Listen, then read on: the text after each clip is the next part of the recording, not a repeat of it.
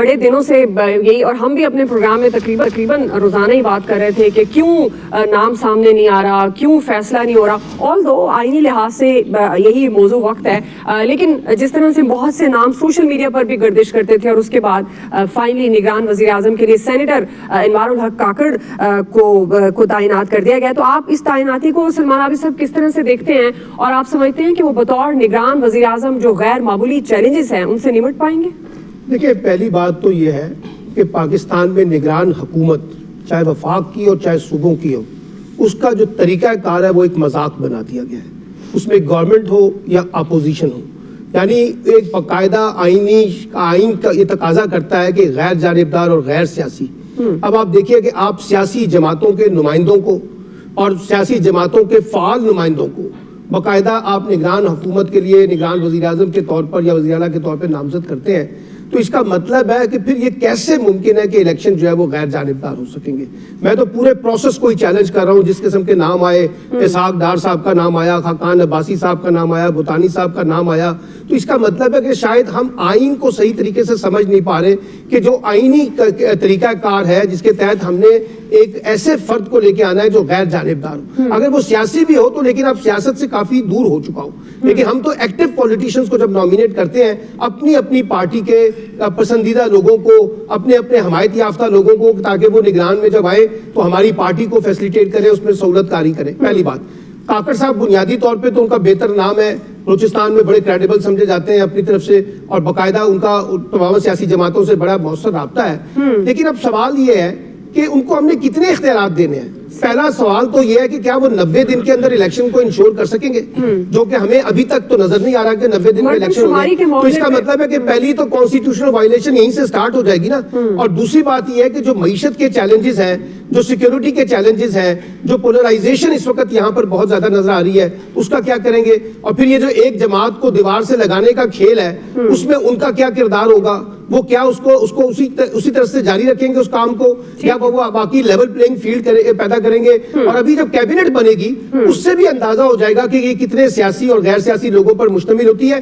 لیکن امپورٹنٹ بات یہ ہے، لگتا یہ ہے کہ جو راجہ ریاض صاحب ہوں یا شہباز شریف صاحب ہوں، آج وہ خالی ہاتھ سے بیٹھے تھے اور ان کے پاس نام شاید ان کے پاس نہیں تھے، اور یہی وجہ ہے کہ پیپلز پارٹی نے یہ اعتراض کیا ہے کہ جو نام سامنے آیا ہے وہ معلوم نہیں خورشید شاہ کے بقول کہاں سے آ گیا، کیونکہ ہم سے تو کسی سطح پہ کوئی مشاورت نہیں کی گئی، تو یہ جو اتنی لمبی مشاورت چل رہی تھی اس میں تو یہ نام نہیں تھا، تو یہ نام پھر کہاں سے آیا، کس نے ڈالا، کیا مقاصد ہے؟ یہ سوالات تو اہم ہیں اور یہ رہیں گے اور لوگ سوال اٹھاتے رہیں گے۔ جی عامر صاحب، جس طرح سلمان عابد صاحب کہہ رہے ہیں کہ راجہ ریاض صاحب نے کہا کہ یہ نام تو میں نے دیا اور انہی کا جو دیا ہوا نام ہے وہ نگران وزیر اعظم ہے، تو آپ کے خیال میں عوامی توقعات پر پورا اتر سکیں گے نگران وزیر اعظم، اور یہ نگران سیٹ اپ کتنا طویل ہو سکتا ہے؟ آپ اس تعیناتی کو کیسے دیکھ رہے ہیں عامر صاحب؟ دیکھیں، نہ تو یہ عوامی توقعات کے لیے آئے ہیں اور نہ یہ کسی کو جواب دینے کے لیے، یہ اسٹیبلشمنٹ اور جانے والی حکومت کے متفقہ امیدوار ہیں۔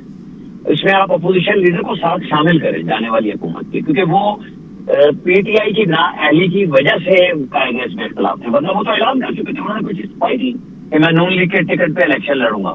لہٰذا اس سوال سے باہر آ جائے کہ کیا جی غیر جانبداری ہے، ایک پارٹی کو سائڈ پہ لگا رہے ہیں، وہ پارٹی اسٹیٹ پہ حملہ ہو رہی تھی، اور انوار اللہ کاکڑ صاحب کی پرائم منسٹر جو سابق ہیں عمران خان صاحب کے ساتھ بہت اچھی دوستی تھی، اور یہ ہمیشہ ان کے ساتھ ملتے رہے، ساری تصویریں بھی سوشل میڈیا پہ آ گئی ہیں۔ بلوچستان سے ایک پڑھی لکھی بریڈ اور ان کا آنا، یہ سب سے بڑی بات ہے کہ ایک ایسے آدمی کو لے آئے جو جہاں پہ مودی نے بہت انویسٹ کیا، پاکستان مخالفوں نے کیا، اور بلوچستان کو 3 بڑے مناصب اس وقت ان کے پاس آ رہے ہیں فیڈریشن کو متحد کرنے کے لیے، چاہے وہ سمبولیکلی 3 مہینے 6 مہینے 9 مہینے کے لیے نگران حکومت میں آئے۔ اگر آپ اس میں غیر جانبداری ڈھونڈتے ہیں تو مطلب ہم اپنا سب کا وقت ضائع کریں گے جی کہ کوئی ایسی بات ہو رہی ہے، اور کیونکہ ان کی ملاقاتیں یہ راولپنڈی اسلام آباد کے جو اہم ترین تھنک ٹینکس ہیں ان کے بڑے فعال ممبر ہیں۔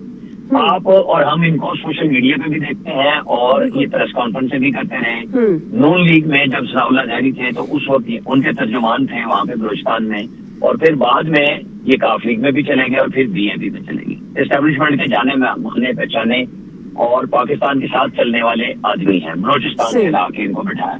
ان کے ساتھ صحیح۔ کیبنٹ آئے گی، وہ بتائے گی.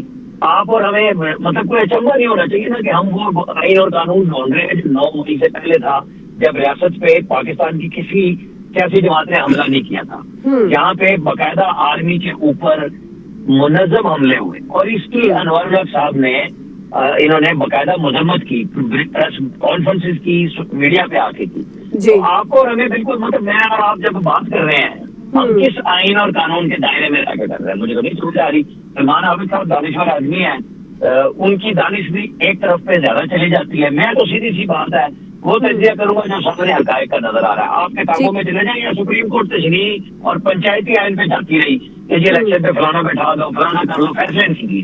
تو یہاں پہ ایک فیصلہ آ گیا ہے، اب اگر کسی کو قبول نہیں ہے تو سپریم کورٹ میں جا کے چیلنج کر دیں، وہاں سے فیصلہ لے لیں کہ یہ ان دونوں کا رائٹ نہیں بنتا تھا. انہیں پاکستان سے باہر ہی کوئی بندہ ڈھونڈ کے لانا چاہیے تھا. شاید وہ چیز پاکستانی جو پاکستان کو بہت زیادہ برا بھلا کہیں گے وہاں بیٹھے ہوئے، کیونکہ ان کو تو صرف نظر آ رہا ہے کہ جی اگر چلا سکتا تھا وہ چلا سکتا تھا جس نے 4.25 سال بیڑا گرک کیا، جس میں شہباز شریف اور اس کی حکومت بھی چلی گئی. لہٰذا یہ آگے ہے، جس نے ماننا ہے مان لے، نہیں ماننا نہ مان. بالکل یہ بات تو بالکل سچ ہے. ایاز صاحب وہ اب آ گئے ہیں، ماننا نہ ماننا اب آپ کا اپنا اختیار ہے. تو اس کا مطلب ہے ایاز صاحب راجہ ریاض نے پہچان لیا پرائم منسٹر کو؟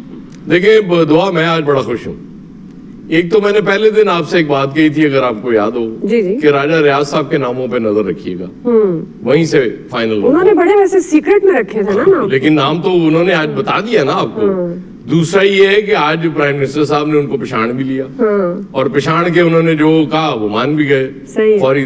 ہاں، اس سے زیادہ مجھے جو سب سے زیادہ خوشی ہے آج کی تاریخ میں، میرے چھوٹے قائد 14 اگست تک وزیر اعظم رہیں گے. چلے مبارک ہو سر. ہے نا، ان کی خواہش تھی وہ بھی پوری ہو گئی. تو یہ ون ون پوزیشن ہے سب کے لیے.